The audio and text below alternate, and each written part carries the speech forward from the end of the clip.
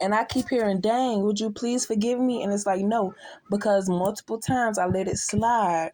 And by me not confronting or saying anything, you felt like I didn't know about it. So you continue to do shit even though your karma was being accepted. And you thought that it would be funny to continuously, oh, well, if I ask for forgiveness, I'll be forgiven. But you keep doing it. So I'm forgiving you in vain and not saying that I'm God, but you feel me? I walk in his path or whatever. So it's like you taking advantage of the situation at this point. And now that I'm not letting up, motherfuckers want to beg and plead and try to give you gifts. But it's like you knew I needed this shit back then, and you were trying to hold it over my head to benefit off of my situation instead of just giving it to me and letting me get back on my feet and then rewarding you. You had to be in control of how much I give, when I give. And it's like, this is not your life. You don't control when I breathe, when I eat, when I sleep, or none of that stuff. And you thought you did. You thought it was funny. So now when the tables turn and it's reversed and you got to depend on somebody else, you're not going to have access to that person.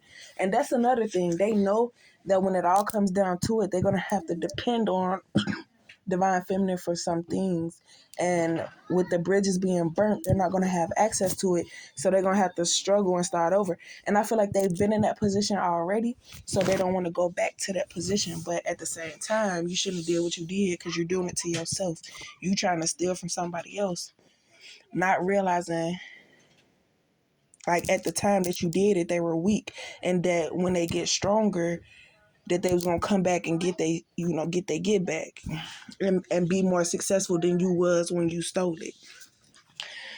So you laughing with these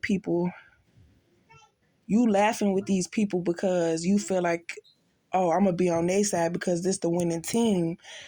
But every last one of them is receiving karma.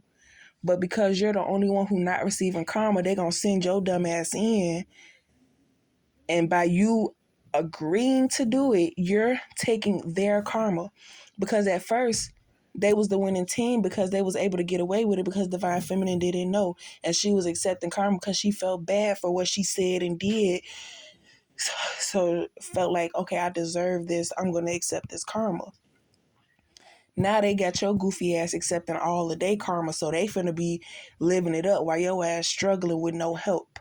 So now you finna be the one, you feel me?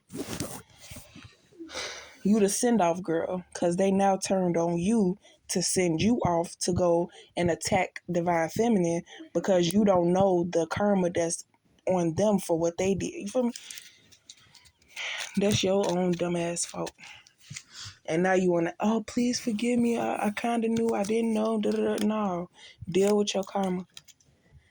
So you're no longer having sympathy for them. You're being brave, sticking to your path because they backstabbed you.